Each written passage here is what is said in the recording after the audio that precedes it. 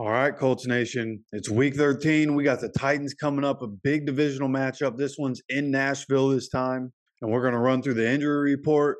We're going to, have an analysis for this game, and then we're going to make our prediction. So starting with the injury report, starting with the Titans. They have a couple guys on here that were getting some rest. Derrick Henry didn't practice because of rest. Danico Autry was limited because of rest. DeAndre Hopkins limited with rest. Then you look at what else they have. Their guard, Daniel Brunskill, that was a limited participant on Wednesday, full participant on Thursday. Treylon Burks, also full participant. He might be coming out of the concussion protocol. Linebacker Luke Gifford, still a limited participant with a shin injury. Will Levis was a full participant on Thursday with the ankle injury, but I did see a video of Will Levis. Looked like he was laboring around pretty good. It'll be interesting to see what he looks like on Sunday. But again, a limited mobility for Will Levis is going to be good for that defensive line, especially going up against that Titans offensive line. Okay, but then you have Terrell Edmonds, who was a full participant once again with the shoulder injury. But then there were a couple guys toward the end of this list that popped up on Thursday, weren't there on Wednesday.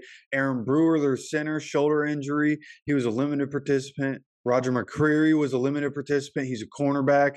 That was a foot injury. And then Ryan Tannehill showed up full participant. I don't really know why he's on the injury report, just something they have to report, I guess. But those are the injuries for the Titans. And again, this is on the Thursday injury report. I'm recording this before the Friday injury report. And if there's anything significant about the injury reports on Friday, I'll make sure to have that for you tomorrow morning. But for the Colts injury report, again, Juju Brent's probably not playing. He's not practicing again. Isaiah McKenzie didn't practice on Wednesday, but did practice fully on Thursday with the toe injury. So it looks like he'll be good to go. Obviously, Jonathan Taylor not practicing, and he'll be out. DeForest Buckner, limited participant both days in practice so far with the shoulder injury, but got to imagine that's because he's a vet. He knows what he's doing. Take it easy on the big man. Let him try to heal up. Ryan Kelly was once again full participant in practice with the concussion. Hopefully he'll be taken off the concussion protocol. Drew Ogletree back at practice, full participant. Bernard Raymond, full participant in practice. So looks like we're going to go into this one pretty healthy for what we have. Obviously, a bunch of guys on the IR, but looks like we're looking pretty good. Just again, hoping Ryan Kelly can come off the concussion protocol. He was able to practice in a full participation practice last week, still didn't get taken off. So hopefully he's able to come back this week. We'll see what they decide. But that'll be huge coming into this one. I think the Colts against the Titans, like usually that game comes down to the trenches. Like the way these two teams have been set up for years comes down to who's going to win in the trenches. And this is a time where I think the Colts can dominate both sides of it. Now, obviously the Titans defensive line is probably the best part of their entire team right now. But if you look at the Colts offensive line has been one of the best in the NFL all season long. We got Braden Smith back, so we got our core five as long as Ryan Kelly comes back. Having him is going to be huge. Jeffrey Simmons in the middle of that defensive line is really the part that I'm worried about. Danico Autry is the first Titans player to have 8 sacks in 3 consecutive seasons since Javon Curse. Right, so they got some guys over there, but in terms of everything else, right, you're talking about linebackers, safeties, cornerbacks. Like they traded away Kevin Byard, which was the best player they had on defense other than Jeffrey Simmons. So I think this Colts offense has a chance here to take advantage of this Titans defense, and I think that can be what separates this game. And obviously, just like every other game, turnovers are a big deal. And the reason I'm confident coming into this one is because when you look at it, the Titans have the least amount of interceptions in the NFL with 3. The next closest team has 5. And again, they traded Kevin Byard.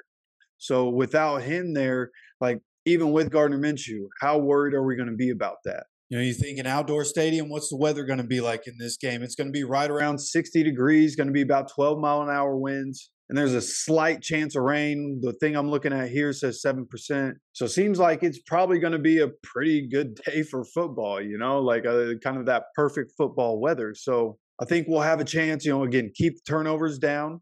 Titans aren't one of the best teams at all in the NFL in terms of making teams turn the ball over. So I think as long as we can protect Gardner Minshew and we can make sure he's not fumbling the game away and he's able to make good decisions, then we'll be good. You know, Zach Moss, we saw what Zach Moss was able to do earlier in the season when Jonathan Taylor wasn't here, and he's going to assume that role again, you know, and he's looked good in past weeks. So, you know, even though he's not getting the touches, right? Jonathan Taylor's been getting a lot of the touches, but when we see Zach Moss on the field, he's still being able to make plays. He's still getting first down, getting good chunks of yards to get us into second and manageable or third and manageable. So I'm still confident in the run game. I think we'll be able to make the run game work. I think the offense will be able to put up points in this game. And I think what it comes down to is the fact that Tennessee, from an offensive standpoint, they average, I believe it's right around 15 points a game that they're putting up on offense. And with the way the Colts defense has been playing, right? When you look at the Colts, like there are a couple of games in the season that were really bad for the Colts, right? That 3-game stretch. And that makes, you know, the Colts stats look a little worse. When you look at the stats, the Colts and the Titans defenses are right around the same area. But if you look at the Colts defense, weeks 1 through 8, allowed 28.6 points, 247.3 passing yards per game. They had 2.6 sacks per game, and their opponent red zone touchdown percentage was 64%. Okay, then you look at weeks 9 through 12. There was a bye week in there, so it ends up being 3 games. They've allowed 13 points per game, 161 passing yards per game. They have 5 sacks per game, and their opponent red zone percentage in the last 3 games is 22.2%. All 4 of those stats are all top 3 in the NFL over the last 3 games.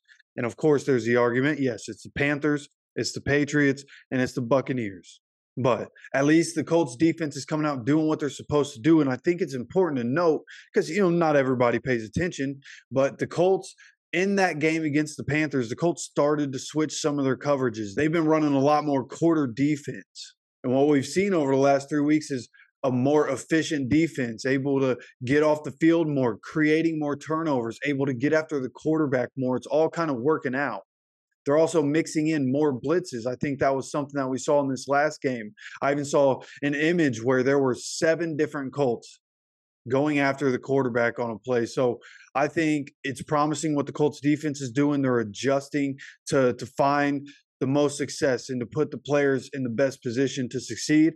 And I think that continues here in Tennessee.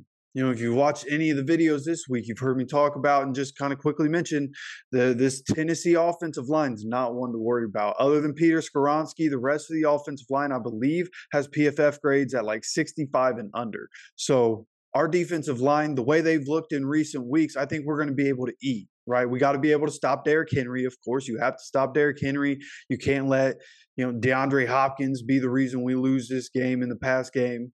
But I think we'll be able to force a rookie quarterback into some bad decisions in this game. We're going to get after him, right? You think a rookie quarterback, even with the athleticism that Will Levis has, like you see a guy like DeForest Buckner, right? 6'7", 300 pounds running after you, like that's going to freak you out a little bit. So I think the Colts are going to be able to win the turnover battle in this game. And when you win the turnover battle, especially this season, when the Colts are able to win the turnover battle, they're able to win games. I think we're able to beat the Titans in this one. And at the end of the day, I think we're going to win this one 30-13.